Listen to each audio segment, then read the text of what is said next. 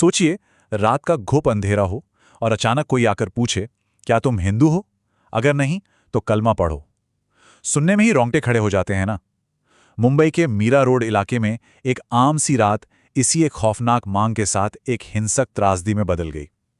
चलिए गहराई में चलते हैं और जानते हैं कि आखिर वहां हुआ क्या था।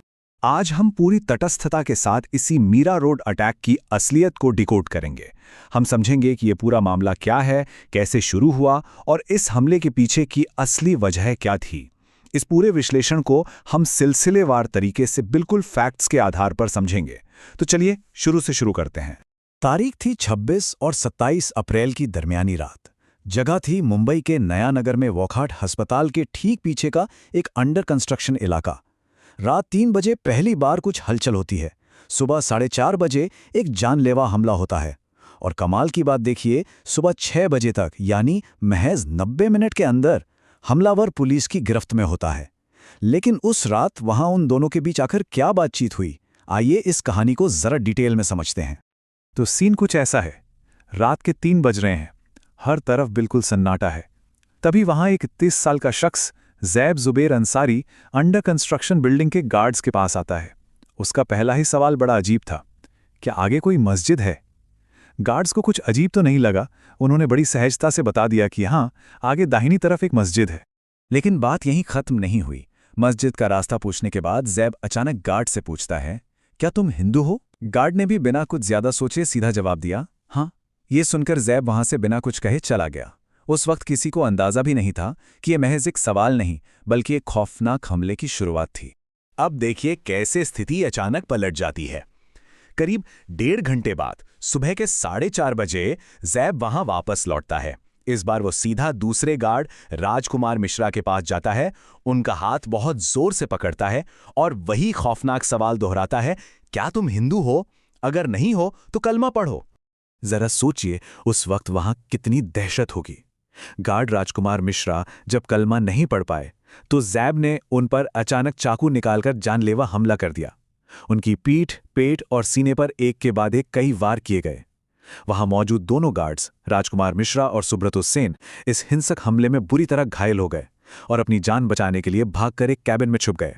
इस खौफनाक अंधेरे में एक उम्मीद की किरण बनकर आए चश्मदीद नायाब शेख। नायाब जब वहां पहुंचे तो उन्होंने देखा कि गार्ड्स खून से लथपथ हैं और डरे हुए कैबिन में छिपे हैं। उन्होंने 1 सेकंड भी बर्बाद नहीं किया। तुरंत घायल सुब्रतो सेन को अपनी बाइक पर बिठाया और सीधा पुलिस स्टेशन और अस्पताल की तरफ भागे। सच में इंसानियत का इससे बेहतर उदाहरण क्या हो सकता है? अब सबसे बड़ा सवाल ये उठता है कि आखिर ये हमलावर ज़ैब ज़ुबैर अंसारी है कौन, जिसने धर्म के नाम पर यह खौफनाक कदम उठाया? जैसा कि हमने देखा, घटना के 90 मिनट के भीतर ही पुलिस ने इसे सीसीटीवी की मदद से इसके किराए के मकान से गिरफ्तार कर लिया था। चलिए इसकी बैकग्राउंड प्रोफाइल पर एक नज़र डालते हैं। ज़ैब की प्रोफाइल एक बहुत चौंकाने वाला कंट्रास्ट दिखाती है। वो कोई अनपढ़ नहीं बल्कि एक पढ़ा लिखा शख्स था। उसने अमेरिका में पढ़ाई की थी और 2019 में वापस लौटा था। वो ऑनलाइन मैथ्स और केमिस्ट्री पढ़ाता था। लेकिन उसकी वर्तमान स्थिति देखिए। वो 4-5 महीने से पूरी तरह बेरोजगार था। उसके पास 5 मई तक घर खाली करने का नोटिस आ चुका था और पड़ोसियों के मुताबिक वो समाज से बिल्कुल कटा हुआ रहता था। उसका दरवाजा हमेशा अंदर से बंद रहता था। तो क्या ये सिर्फ एक हताश और बेरोजगार इंसान का गुस्सा था? बिल्कुल नहीं। महाराष्ट्र एंटी टेररिज्म स्क्वाड यानी ATS ने जब उसके सील किए गए घर की तलाशी ली तो जो सबूत मिले वो वाकई रोंगटे खड़े कर देने वाले हैं। ज़ैब के घर से हाथों से लिखे गए कुछ डरावने नोट्स बरामद हुए हैं। इन नोट्स में साफ साफ लिखा था, लोन वुल्फ तुम पर झपटेंगे।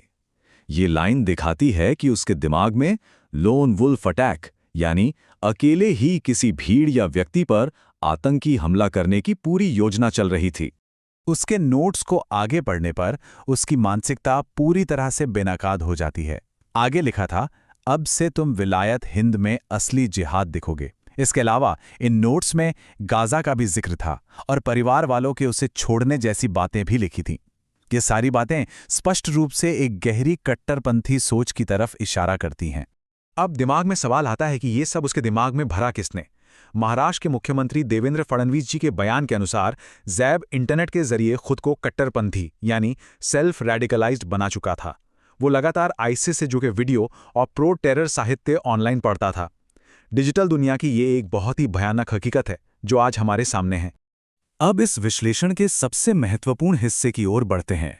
क्या ये मामला सिर्फ एक व्यक्ति तक सीमित है या ये किसी बहुत बड़ी समस्या का हिस्सा है?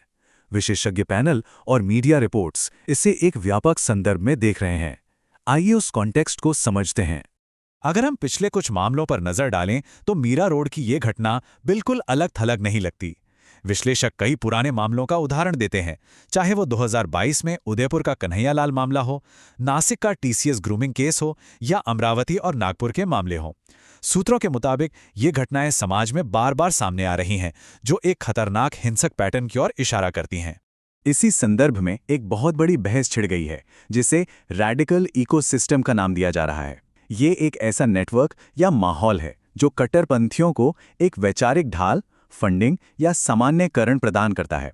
बहस इसी बात पर है कि क्या ये सच में सिर्फ लोन वुल्फ हमले हैं या इसके पीछे कोई ऐसा पूरा इकोसिस्टम काम कर रहा है जो ऐसे चरमपंथियों का बचाव करता है।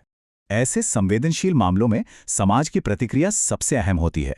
अच्छी बात यह है कि इस कट्टरपंथ के खिलाफ एक मजबूत और सैद्धांतिक आवाज भी उठी है। आइए देखते हैं कि प्रमुख इस्लामी विद्वानों ने इस पर क्या कड़ा रुख अपनाया है। इंटरनेशनल सूफी कारवां के हेड मुफ्ती मंजूर ज़ियाई जी का बयान एक बहुत ही साफ और कड़ा संदेश देता है। उन्होंने इस हमले की कड़ी निंदा करते हुए इसे इस्लाम पर धब्बा बताया है। उन्होंने खुलकर मांग की है कि ऐसे कट्टरपंथियों और उनका समर्थन करने वालों के खिलाफ सख्त से सख्त कार्रवाई होनी चाहिए। समाज की तरफ से ये एक बेहद स्वागत योग्य और ज़रूरी कदम है। हालांकि दूसरी ओर राजनीति की अलग ही तस्वीर देखने को मिलती है। कुछ राजनीतिक पार्टियों पर यह गंभीर आरोप लग रहे हैं कि वो वोट बैंक के नुकसान के डर से ऐसे आतंकी कृत्यों की खुलकर निंदा नहीं करते हैं। एक सैद्धांतिक स्टैंड लेने के बजाय ये चयनात्मक चुप्पी समाज में निश्चित रूप से एक गलत संदेश भेजती है। तो इस पूरे मामले से हमें क्या सबक मिलता है?